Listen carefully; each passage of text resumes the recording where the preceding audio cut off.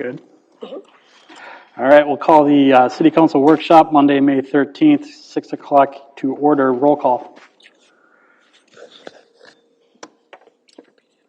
Toby Nelson. Michelle Adams. Absolars. Jessica Boniwell. Jackie Hines. Dan Reamer. All right, business, 2023 financial statement and audit presentation from Abdo. All right, hello, my name is Jill Knutson. I'm a senior auditor at Abdo, and this is Andy Berg. We'll be presenting on the 2023 financial statement audit tonight. You guys all have a presentation? Yes, sir. Do you guys all? So on the first slide, I'll just go over a little bit of an introduction and just kind of give an intro into what we'll be talking about tonight. We'll go through the audit opinion, and then we'll take a look at some of the fund results. So we'll go through the general fund, and then some other governmental funds, as well as enterprise funds, and then we'll take a look at some key performance indicators for the city. And then on the next slide, we have the audit results. So on the left, we have the auditor's opinion. We did issue a clean, unmodified opinion, and we did have 2 internal control findings, which we will review on the next slide. And then on the right side of this slide, we have the legal compliance, and we take a look at some of the legal compliance statutes that the city is required to comply with as part of the audit. And some examples there would be the bidding process, the open meeting laws, and things of that sort. And we saw no issues of non-compliance there either. And then onto the audit findings slide. We had 2 audit findings, the preparation of financial statements and the limited segregation of duties. Both of these findings are consistent with prior year and prior years before that, and they're also fairly consistent with cities the size of Montrose as well. And the first one, the preparation of financial statements, that is really due to Abdo helping to assist with the preparation of the statements. Ultimately, that is the city management's responsibility, but as part of the audit services, we assist with preparing that as well. And again, that's very consistent with other cities the size of Montrose. The second audit finding is the limited segregation of duties, and that's really due to limited staffing at the city. There's just not quite enough staffing to properly segregate the duties, especially with receipting, utilities, payments, and things of that sort. There is mitigating controls in place, but just something for council to be aware of throughout the year when you're looking at checks and other financial reports and things. And then moving into the next section, we'll take a look at the general fund. So on this slide, we have the general fund balances. In the black line, that is the policy of the fund balance for the general fund, so the 40% minimum policy.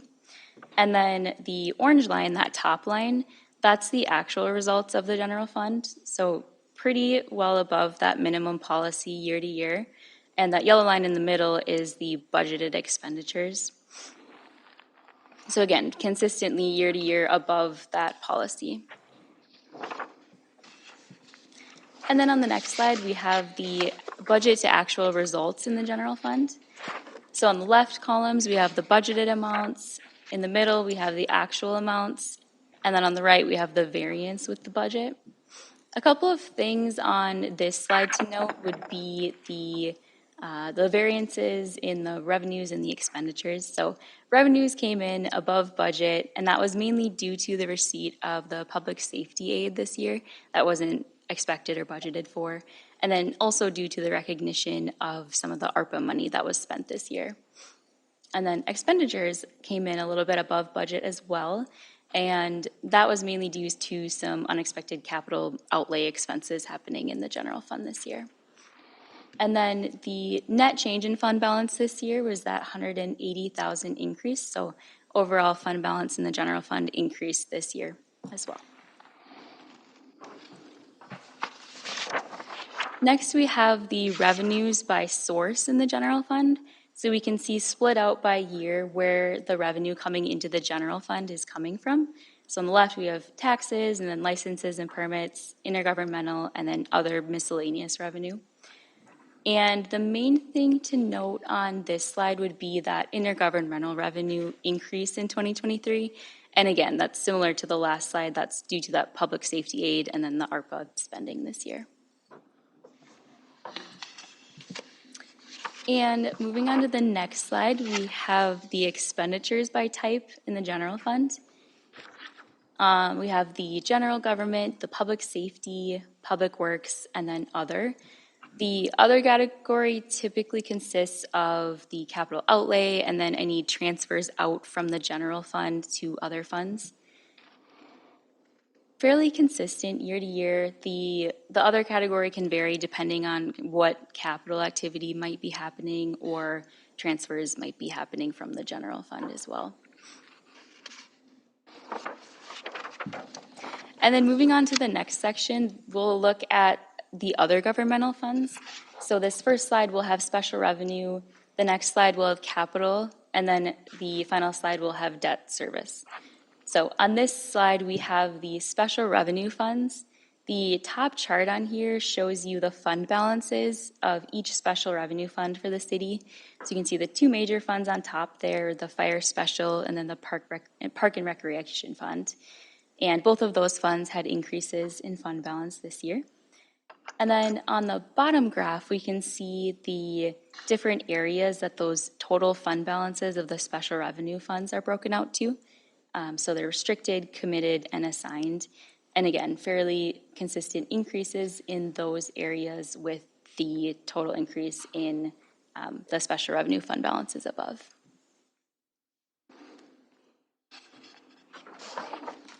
On the next slide, we have the capital project funds.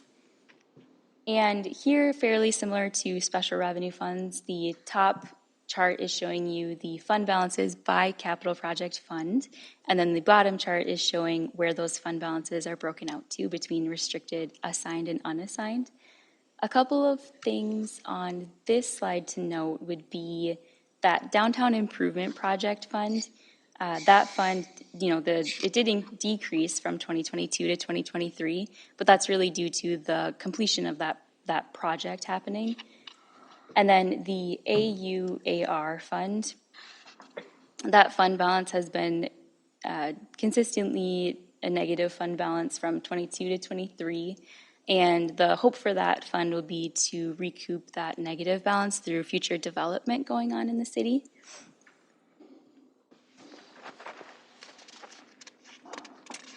And then lastly, we have the debt service funds. Go to the next slide. We see the different debt bonds broken out on the top slide, and then we can see the future outstanding payments for the city and the maturity dates as well. So a couple of bonds coming up for final maturity would be the Montrose Meadows. That matures in 2025. And then the Clementa Avenue is maturing in 2027. And so we can see on the bottom chart where the principal and interest are broken out. So principal is in the orange and then interest in the yellow. We can see from 2025 to 2026 that drop off where the Montrose Meadows matures. And then similarly from 2027 to 2028 where Clementa Avenue comes off as well. And that is all I have, so I'll turn it over to Andy to kind of wrap up with the enterprise funds and the key performance indicators. Thank you. Thank you. All right, so on slide 12, this is where we start with your enterprise funds, so your water, sewer, storm, wastewater. And what we look at both of these is a cash flow from operations, so as a fund, the charges for service, utility bills covering operations, and then we also look at a cash balance graph all over a 4-year period. So with the water fund, you did increase your rates in 2023 from 2022, so you can see the receipts coming in up top, the orange portion of the bar, that did increase. It didn't increase sufficient enough to cover the debt service and the operating costs. So the debt service, your principal and interest payments is in the black. The operating costs is in the yellow. So that did decrease a little bit. But again, just important to to pay attention to the water fund, make sure that you're going to be meeting cash flow. The cash balance did stay relatively close to 22. Looking at that bottom graph, it did decrease some, but not significantly. The other item to point out there, you'll see a big decrease from 21 to 22. Jill mentioned in that downtown improvement fund, development fund, you had that project going on. Part of the bond proceeds were allocated out to your enterprise funds to cover their portion of those project costs. So that was intended spending down, and we'll see that in the sewer fund and the stormwater fund too. The next slide, slide 13, the sewer fund. Here there were no rate increases here. Cash flows has been covering operations each of the last 4 years, indicated by the orange bar being higher than the yellow, and the black, the debt service, the principal and interest. We did have that decrease in cash from 21 to 22, again related to that same downtown project, and total cash increase from 22 to 23.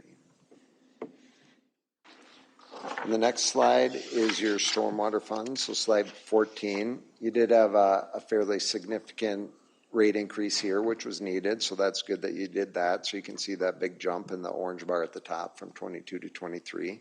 You were able to cover your costs from operations, yellow, and your principal and interest payments, your debt service in the black. This allowed that cash balance to remain relatively consistent from 22 to 23. And again, that decrease from 21 to 22 related to the downtown project. On the next slide, you have your wastewater treatment fund. One item to point out here, your last debt payment was in 22. There's currently no outstanding debt in this fund. In 2023, you did generate cash flows from operations, indicated with that orange bar, the receipts being higher than the operating costs, which allowed that cash balance to increase from 22 to 23. The next slide, page 16, is really a 3-year history of the total cash and investments at the city. Covers all the funds Jill presented, the general fund, your special revenue fund, your capital project, the debt service, and then the enterprise funds. The bulk of that cash is in the enterprise fund, so that light green, that top portion of the bar. Fairly consistent from 22 to 23, and we do see that drop from 21 to 22, really due to the spending down of those bond proceeds that were issued for the downtown project. The next series of slides are the key performance indicators. So here we give you a 4-year history of the city, comparing to other cities in the state of similar population. So the orange bar are those cities. All other cities in Wright County is the yellow bar, and then the black line is the city of Montrose. So the first two here are tax related. The one on the left is your tax rate. Real consistent, even decreasing some over the last 4 years and lower than both of those peer group comparisons. And then your debt per capita, you can see that increase a little bit, really related to the bonds that were issued in 2021. Again, lower than both the peer groups presented there. The next slide, slide 18, are two debt service related KPIs. The one on the left there is the debt per capita.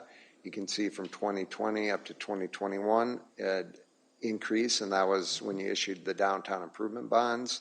As you pay that down, and if you don't issue any other debt, that'll decrease. You'll see some spikes anytime a bond is issued. And then the debt service expenditures as a percent of total expenditures, that's really comparing the total principal and interest to your other expenditures in total. You can see that dropped in 22, increased a little bit in 2023.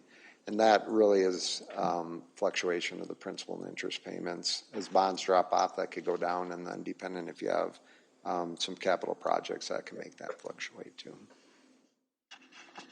And then the last slide on page 19 are some expenditure KPIs related to just the governmental funds, so this does not include any of the enterprise funds. The one on the left are the current expenditures per capita, really consistent over the 4 years presented. A little bit of an increase, similar to what your budget was increasing in the general fund, and below both the peer group comparisons. And then on the right is the capital expenditures per capita. Here you can see in 22, the biggest portion of that downtown improvement project. So you had that big increase there with not as much capital spent in 2023, so decreasing down. That's really going to be dependent on the type of projects that you have going on. So that is everything we had to cover today. We'd be happy to take any questions on the presentation, actual financial statements. I think from here, you have it on your actual council agenda. I'm not going to go through the whole presentation. I'll just give like a 15-second, hey, we covered this in the work session. Let everyone know what the audit opinion was, no issues there, and if you have further questions there. And typically that's when the council would accept the audit report too. I think, is that the intention tonight, Jessica? Yep. That is the intention for this evening. The financial statement is available here tonight in a paper form, and we do have it on the website with the agenda information. All right, so we'd be happy to take any questions. Can you just explain to me the unmodified opinion? That's a good question. We get that a lot. It's kind of confusing. It's really the clean opinion. If there was an issue or something, you can think of it that we would have to modify it if something was wrong. So really, it's the best opinion you can get. And I would, like Joe mentioned, unmodified or clean opinion. So it's the opinion you want to receive. Okay, perfect. Thank you.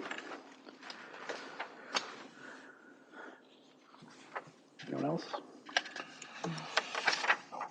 No? You good? Questions? No? All right, I think we're good. All right. Thank you. Thank you for your time. Thank you. And with that, I will adjourn.